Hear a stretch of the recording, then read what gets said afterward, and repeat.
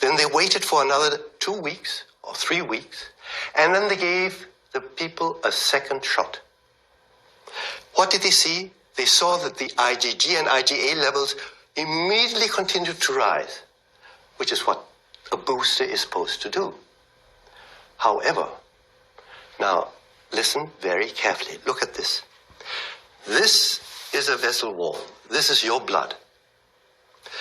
It is now known that the genes that are injected into your body will enter the bloodstream, and it is absolutely certain now that these genes are going to enter the cells that line the vessel wall, because these are the cells that they contact.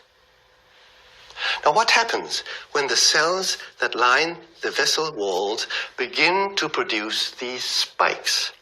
The spikes will then be produced by the cell and protrude from the cell surface into the bloodstream. All right?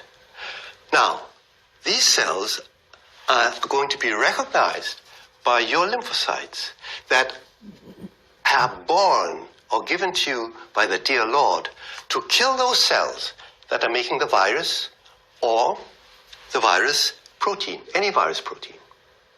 So these lymphocytes are going to mount the attack on your vessel walls. This is the first way towards clot formation that, as we know, is happening all over the place, all over the world. Now, at the beginning, after the first vaccination, this danger is bad and is already terrible in itself if your killer lymphocytes start trying to kill you. But at that time, during the first 7 to 10 days, there are still no antibodies. There are not yet any antibodies. However, after 3 or 4 weeks, there are masses of antibodies all over the place in your blood. And if you dare to repeat this performance and start to put those spikes out into your blood, God help you. Because now, not only the killer lymphocytes are going to attack, antibodies and complement and leukocytes are also going to attack, thinking that your cells that are producing these spikes are bacteria. And they are going to try to eat your vessel wall cells. Now, this attack of the Air Force and the Navy on a single cell target has never been seen before. There is no situation, because either you're combating a virus or you're combating a bacteria. Mixed infections that go through the body are actually virtually unknown.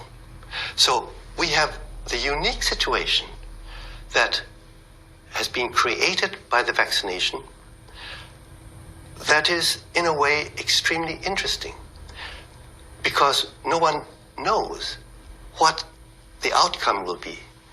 However,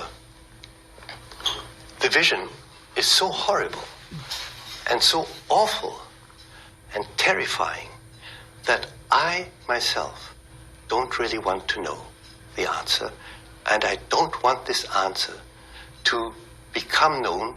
I want you to decide to not take the second shot. Not only the second shot, but any shot thereafter is going to place your life in danger. That is what I'm convinced of now, especially because of the publications that have just appeared. So, I think that was the most important thing I have to say today, and I hope people will sit down, look at these papers, talk about them, and I hope that my